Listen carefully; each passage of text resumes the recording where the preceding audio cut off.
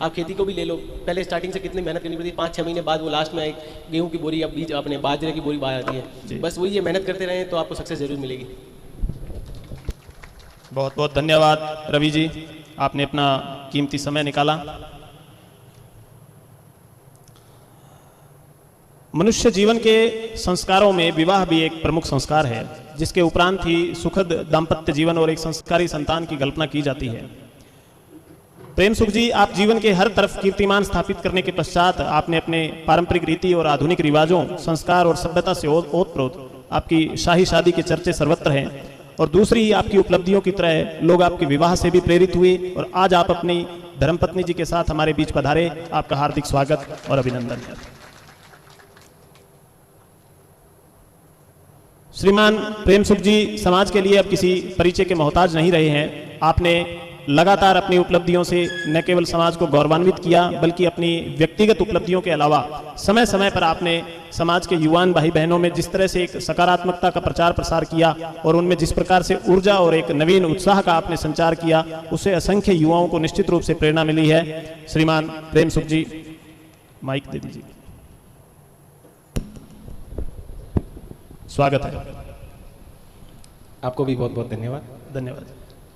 और सबसे पहले मैं मंच पर विराजमान गुरुदेव राजेंद्रानंद जी, सचिनानंद जी और भाटिया आश्रम से सर यहाँ पर पधारे हुए हैं, भाई रवि, डॉक्टर अलका और रामेश सर और दूसरे मेरे सभी साथी, आप सबको मेरा नमस्ते और प्रणाम।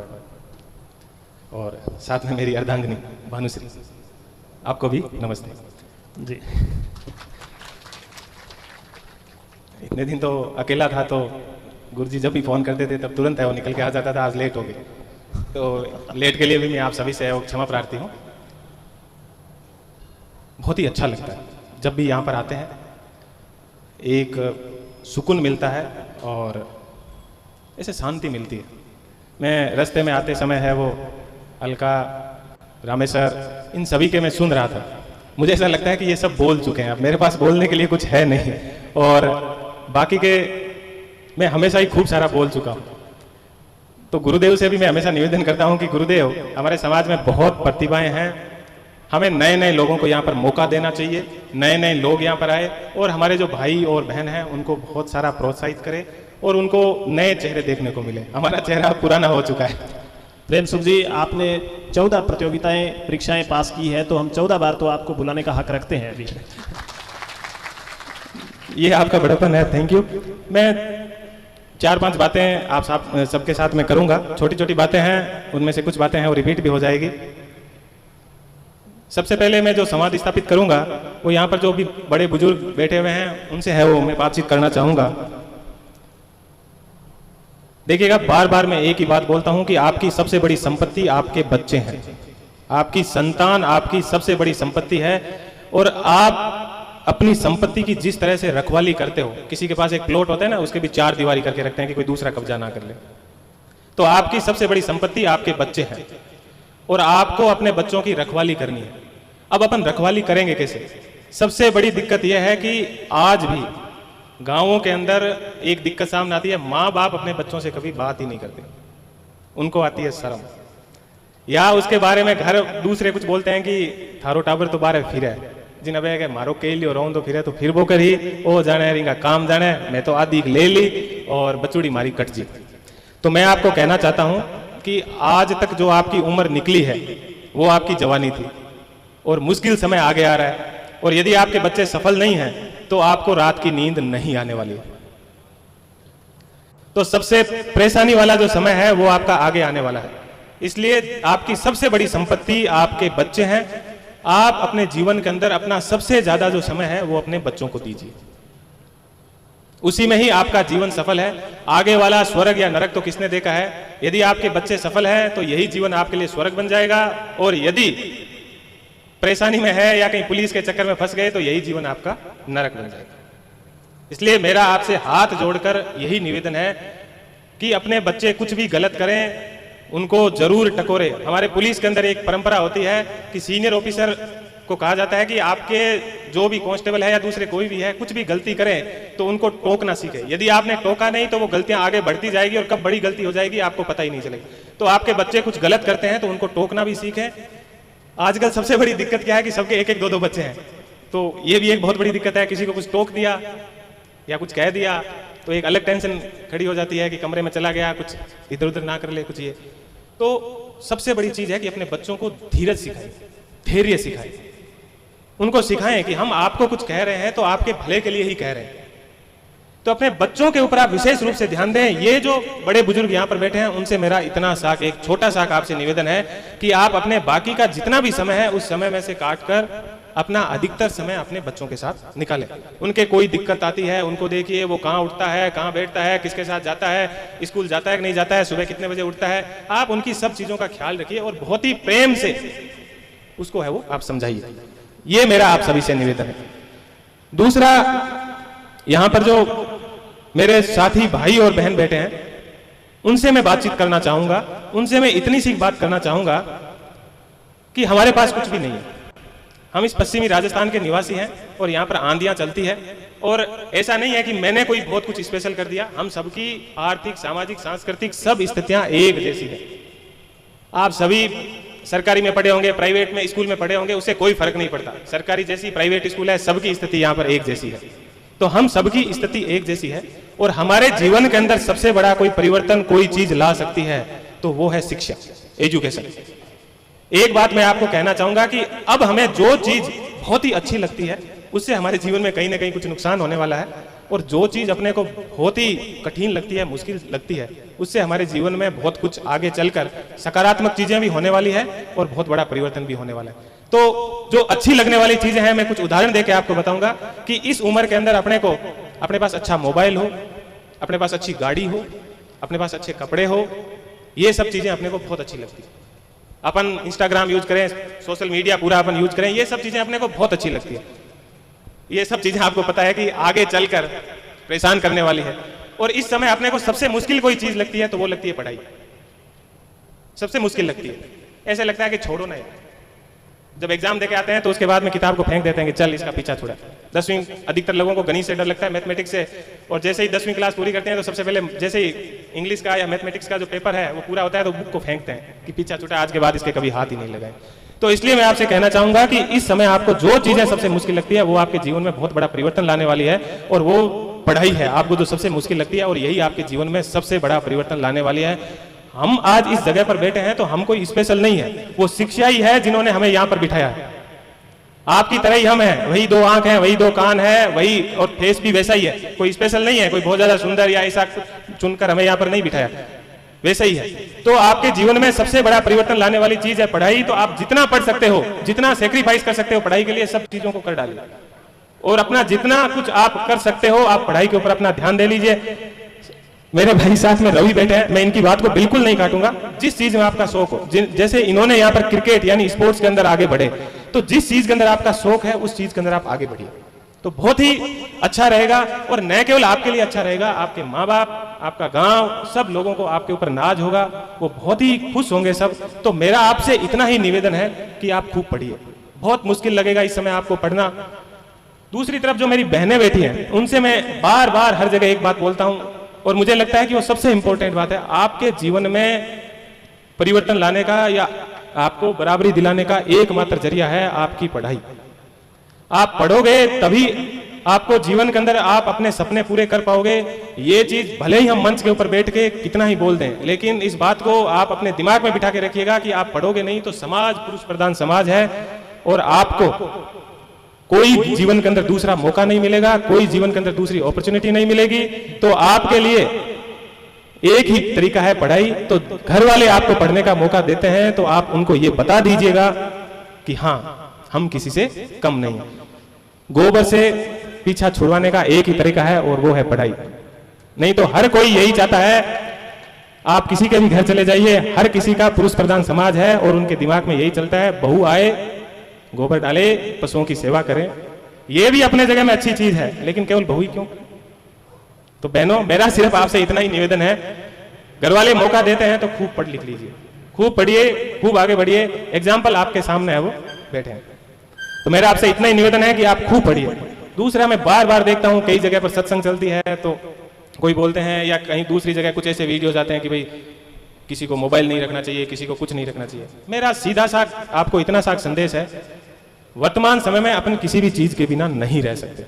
अपन मोबाइल के बिना भी नहीं रह सकते, अपन सोशल मीडिया के बिना भी नहीं रह सकते। बस गीता की एक बात हमेशा ध्यान रखिएगा, गीता में भगवान श्री कृष्ण ने भी यही बात कही है कि आप अपने इंद्रियों को कभी भी मार नहीं सकते, उनको आप दबा नहीं सकते, उनको आप नियंत्रित कर सकते हो। तो सोशल मीडिया का यूज आप नियंत्रित कर सकते हो।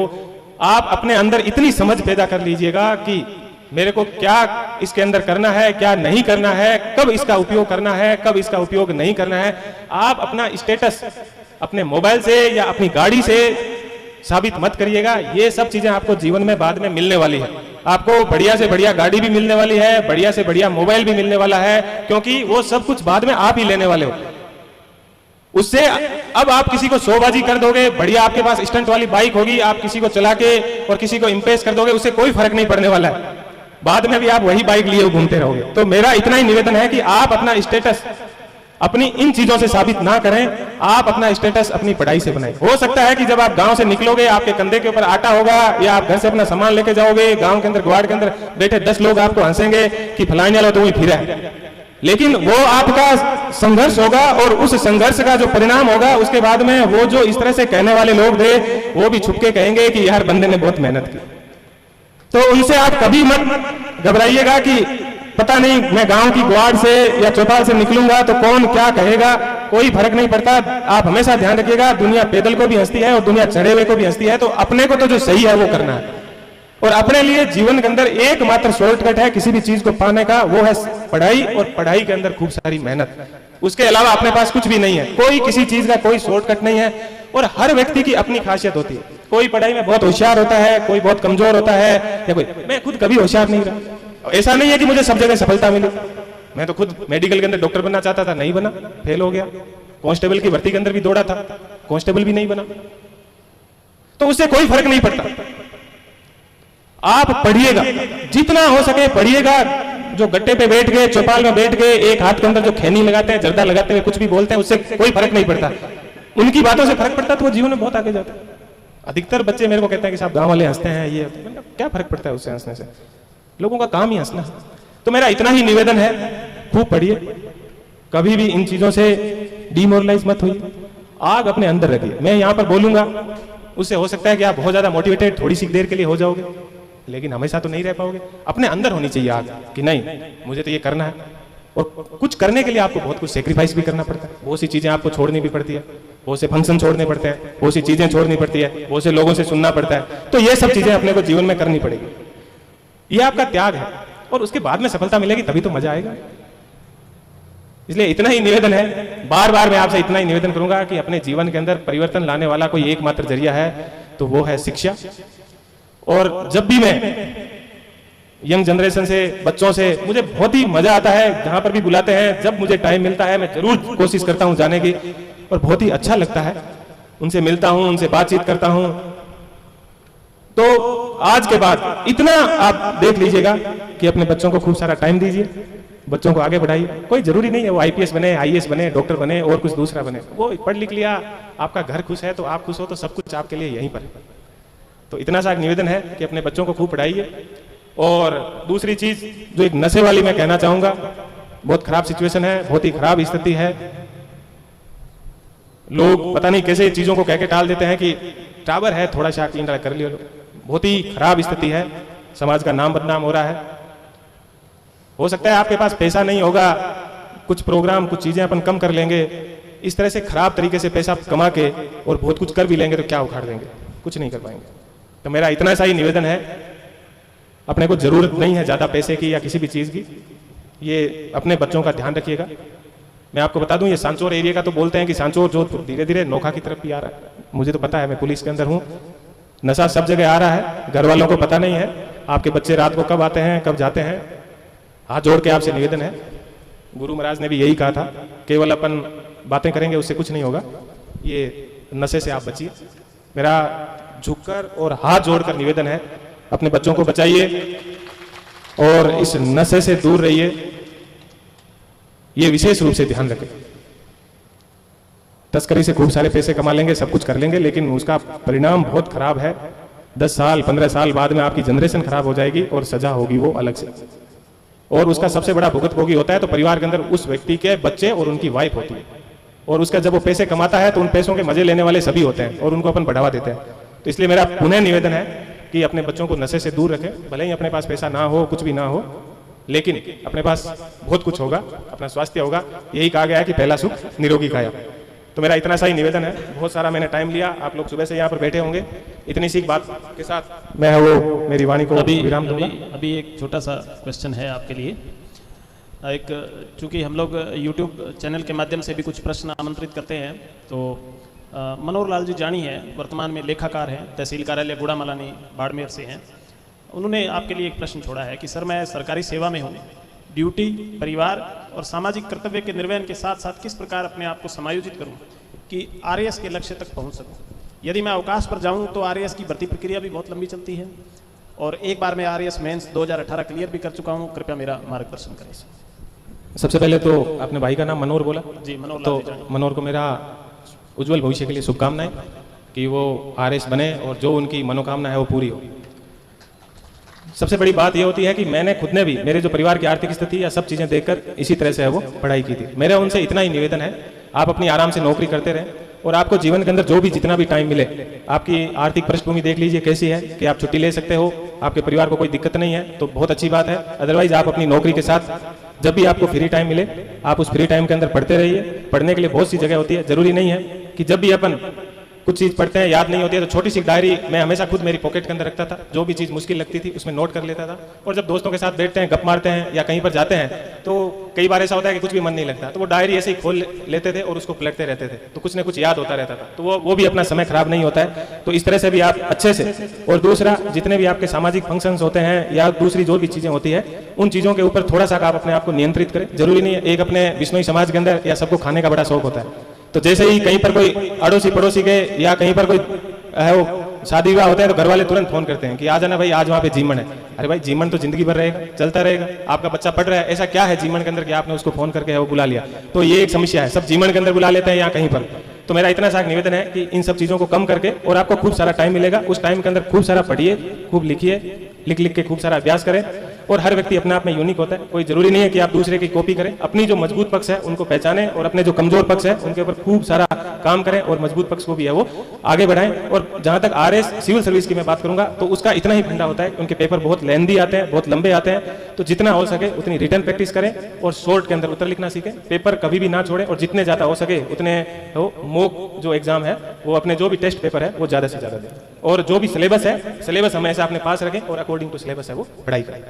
जी, बहुत बहुत धन्यवाद। आज आप यहाँ पर अपनी धर्मपत्नी जी के साथ पधारे। आपके सुखद दाम्पत्य जीवन की हम सभी कामना करते हैं, और मैं उम्मीद करता हूँ कि आपने भी समाज से जो अपील की है उस अपील का एक बहुत व्यापक असर हमें देखने को मिलेगा। क्योंकि किसी इतिहासकार ने लिखा है कि युद्ध की जो अंतिम गोली है वो अंतिम रूप से एक महिला को ही चोट पहुँचाती है।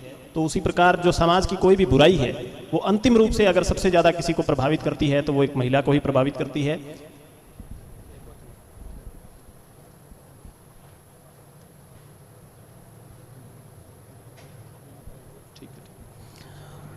कुछ 12वीं क्लास के बच्चों के प्रश्न थे, वो प्रेम सुख जी से जानना चाहते थे कि सिविल सर्विसेज की जो तैयारी है उसका उपयुक्त समय कौन सा है, कब से उन्हें तैयारी शुरू कर देनी चाहिए? मैं ये कहना चाहूँगा कि सिविल सर्विस के लिए कोई ऐसा फिक्स समय नहीं होता है, आदमी जब जागे तभी सवेरा है। और विशेष रूप से यदि कोई आदमी, क्योंकि वर्तमान समय की अच्छी बात यह है कि बच्चे, हम तो इतना जानते नहीं थे और अभी बच्चे अच्छा है कि इतना ज़्यादा है, वो सिंसियर भी हो गए हैं अब और ज़्यादा ध्यान भी रखते हैं। तो मेरा उनसे यही कहना है कि सिविल सर्विस भी कोई अलग से या ऐसा कुछ भी नहीं है, जब भी अपनी पढ़ाई करें, क्योंकि सिविल सर्विस की तैयारी भी करते हैं तो उस समय भी यही बोलते हैं कि भाई आप 6th क्लास से लेकर 12th क्लास तक की NCERT आप अच्छे से पढ़िए। तो मेरा यही कहना है कि अपनी पढ़ाई को करते रहें और जिस अपनी पढ़ाई को कर रहे हैं उनको बहुत ही अच्छे से करें, तो आगे जाकर वही चीज़ उनके काम आने वाली है। एग्जाम में भी अपन उतनी ही लिख पाएंगे।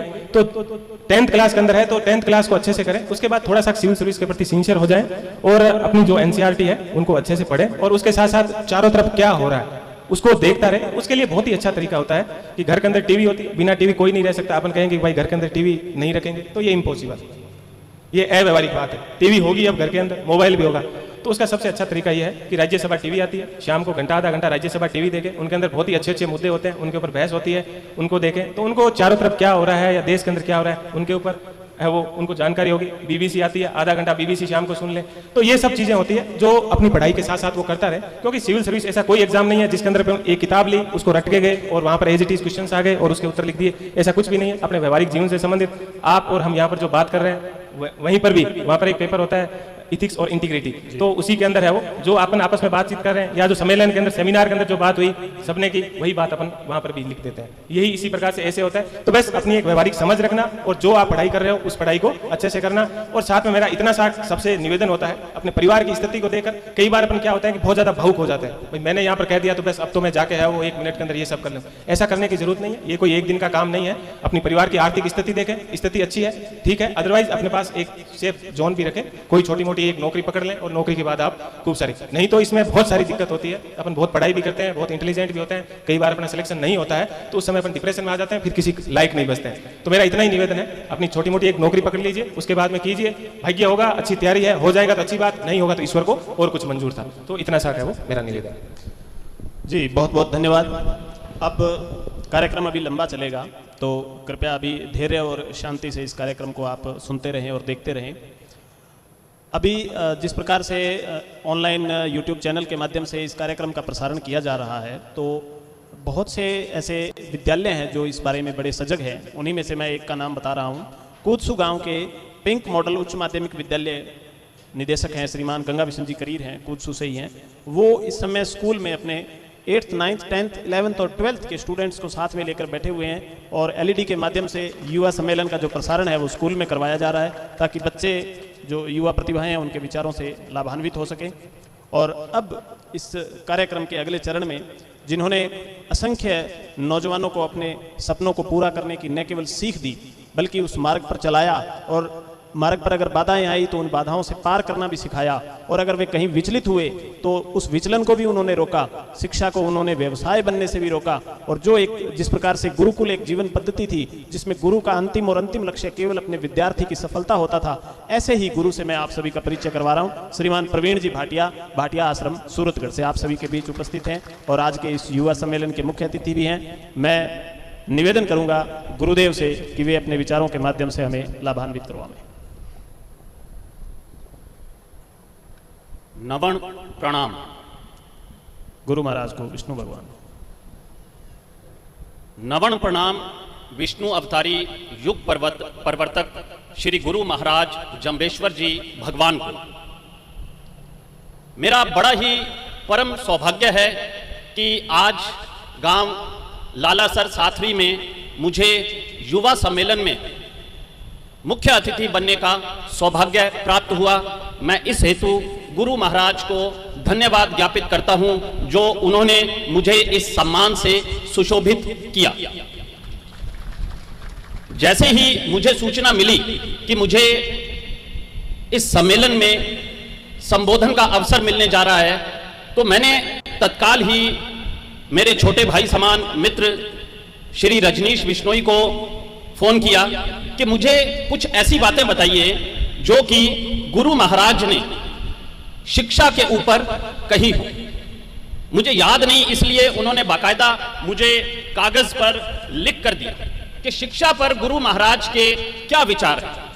हो सकता है मेरी भाषा उतनी सुदृढ़ ना हो, मैं वर्तनी संबंधी या शब्द संबंधी अशुद्धि कर दूं, आप उसे क्षमा करते हुए गुरु महाराज की वो बात, वो शब्द सुनिएगा जो उन्होंने शिक्षा के महत्व पर कहे हैं।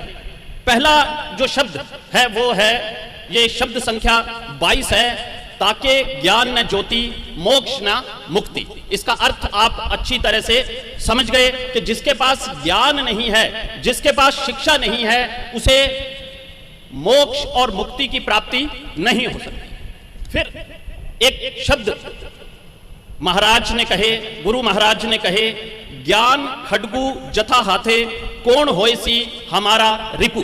यानी कि जिसके पास ज्ञान रूपी तलवार है, खड्ग है, उसका कोई शत्रु नहीं हो सकता। तो ज्ञान के महत्व को इन शब्दों के साथ गुरु महाराज ने अपनी शब्दवाणी में पिरोया है। एक शब्द संख्या 26 जो उन्होंने एक प्रकार से युवाओं के लिए कहे हैं, उत्तम कुल का उत्तम न होए बा कारण क्रिया सारू। यानी कि आप उत्तम कुल में जन्मे हैं तो आप उत्तम नहीं होंगे, उत्तम तब होंगे जब आप शिक्षित हैं, जब आपके पास ज्ञान रूपी ज्योति है, जब आपके पास नैतिक मूल्य है। तो ये शब्द बड़े ही महत्वपूर्ण हैं। जब हम लोग यहाँ के लिए प्रस्थान कर रहे थे, तीर्थ स्थल लालासर साथरी के लिए आ रहे थे, तो हमारे साथ गाड़ी के अंदर मेरे छोटे भाई श्री इंद्र बिश्नोई, श्री जगदीश बिश्नोई, श्री रजनीश बिश्नोई और श्री संदीप बिश्नोई भी बैठे हुए थे। हमने जांभो जी के जंब दर्शन पर एक चर्चा शुरू की। तो चर्चा में ये बात आई कि जंबेश्वर जी एक मानववादी व्यक्तित्व थे।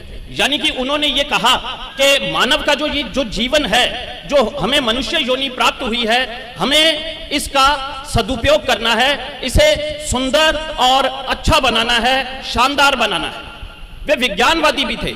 उन्होंने जो अपने 29 नियम दिए वो पूरी तरह से तर्क और विज्ञान की कसौटी पर खरे उतरते हैं। एक और भी बात कहते हैं कि वक्त के साथ उपदेश या नियम पुराने पड़ जाते हैं, लेकिन मुझे तो अद्भुत बात दिखाई देती है कि जैसे जैसे वक्त आगे बढ़ रहा है वैसे वैसे श्री जंबेश्वर भगवान के ये 29 नियम उतने ही प्रासंगिक होते जा रहे हैं, उनका महत्व बढ़ता जा रहा है। हमें इस बात को पहचानना है। ये मानववाद और ये विज्ञानवाद पश्चिम की अवधारणाएं मानी जाती हैं, लेकिन पश्चिम में इन अवधारणाओं के बावजूद भी भौतिकवाद आया। ऐसा क्या हुआ कि पश्चिम अपने इस मानववाद और विज्ञानवाद को सही तरीके से अपनी प्रगति में प्रयोग नहीं कर सका। उन्होंने भौतिक प्रगति की, लेकिन उनकी सामाजिक प्रगति, उनकी आध्यात्मिक प्रगति हम लोगों के सामने शून्य है। इसका मूल कारण यह है कि वो अपने मानववाद और विज्ञानवाद में नैतिक नियमों को स्थान देना भूल गए। लेकिन श्री गुरु जंबेश्वर महाराज ने अपने 29 नियमों में जहां मानववाद को स्थान दिया, विज्ञानवाद को स्थान दिया, वहीं उन्होंने नैतिक नियमों को भी स्थान दिया। ये 29 नियम जो हैं वो वास्तव में मुझे भारतीय जीवन पद्धति लगती है कि प्रत्येक भारतीय को इन 29 नियमों को अपनाना चाहिए और मानना चाहिए। कई बार मेरे जब बिश्नोई विद्यार्थी आते हैं, हमारी चर्चाएं भी होती हैं, तो मैं उन्हें कहता हूं कि मेरा पूरा प्रयास रहता है कि मैं 29 नियमों को मानूं। यद्यपि सारे नियम तो मैं नहीं मान पाता, लेकिन फिर भी 22-23 नियम जो है वो मैं मानने का पूरा प्रयास करता हूं और मानता हूं। तो मैं ये कह सकता हूं कि भले ही मैंने बिश्नोई परिवार में जन्म नहीं लिया, लेकिन कर्म से मैं लगभग बिश्नोई हूं। अब मैं नमन प्रणाम करना चाहूंगा। देखिए, जो महापुरुष होते हैं वो दिशा निर्देशित करते हैं और वो मोक्ष की प्राप्ति हासिल कर बैकुंठ धाम चले जाते हैं, लेकिन उनकी शिक्षाओं को लगातार जीवित रखने के लिए कुछ व्यक्तित्वों की, कुछ संतों की आवश्यकता रहती है। मुझे परसों बड़ा ही महान सौभाग्य प्राप्त हुआ जब मुझे मेरे मोबाइल पर परम आदरणीय आचार्य स्वामी सच्चिदानंद जी के शब्द सुनाई दिए कि आपको युवा सम्मेलन में अपनी उपस्थिति देनी है। मैं उन्हें प्रणाम करता हूं और धन्यवाद ज्ञापित करता हूं कि उन्होंने मुझे इस युवा सम्मेलन में आमंत्रित किया। उन्हीं परंपराओं को, उन्हीं नियमों को समाज में लगातार प्रेषित, पुष्पित और पल्वित कर रहे हैं स्वामी श्री राजेंद्रानंद जी। जब मैं इनकी कार्यप्रणाली देखता हूं, सूरतगढ़ भी आप पधारते हैं, अभी लालासर साथरी में भी मैंने इनके कार्यों को देखा, समझा और जाना, तो मुझे लगा कि संत को कैसा होना चाहिए। तो मैं कह सकता हूं कि निसंदेह उन्हें स्वामी राजेंद्रानंद जी जैसा होना चाहिए, जो समाज को लगातार प्रेरणा